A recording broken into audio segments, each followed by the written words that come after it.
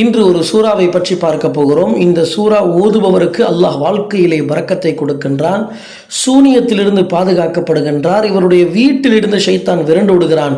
குறிப்பாக சொர்க்கத்திற்காக நாளை மறுமையிலே அல்லாஹ்விடத்திலே நமக்காக வாதாடும். அதுதான் சூரத்துல் பக்ரா. பெருமானார் ஸல்லல்லாஹு அலைஹி வஸல்லம் சொன்னார்கள், உங்களுடைய இல்லங்களை தொழுகை இல்லாமல் கபறுகளாக நீங்கள் ஆக்கிவிடாதீர்கள். எந்த இல்லத்திலே சூரத்துல் பக்ரா ஓதப்படுகின்றதோ அந்த இல்லத்தில் இருந்து ஷைத்தான் விரண்டோடுகின்றான் என்றார்கள்.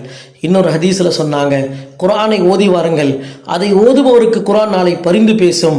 2 ஒளிச்சுடர்கள் சூரத்துல் பக்ரா, சூரா ஆல இம்ரான், இந்த 2ஐயும் ஓதி வாருங்கள். இந்த 2ம் நாளை மறுமையிலே மேகங்களாக அல்லது பறவை கூட்டத்தை போன்று உங்களுக்கு நிழல் தந்து அல்லாஹ்விடத்திலே வாதாடும், சொர்க்கத்திற்காக வாதாடும். மேலும் சூரத்துல் பக்ராவை ஓதி வாருங்கள். சூரத்துல் பக்ராவை ஓதுவது உங்களுடைய வாழ்க்கையிலே பரக்கத்தை உண்டாக்கும். அதை விட்டு விடுவது, அதை ஓதாமல் இருப்பது உங்களுக்கு கைசேதத்தை கொடுக்கும் என்று நபி அவர்கள் சொல்லிவிட்டு கடைசியாக சொன்னார்கள், சூரத்துல் பக்ராவினுடைய ஆயத்துகள் நிச்சயமாக சூனியக்காரர்களை கூட அது செயலிழக்க செய்யும் என்றார்கள் பெருமானார் ஸல்லல்லாஹு அலைஹி வஸல்லம் அவர்கள்.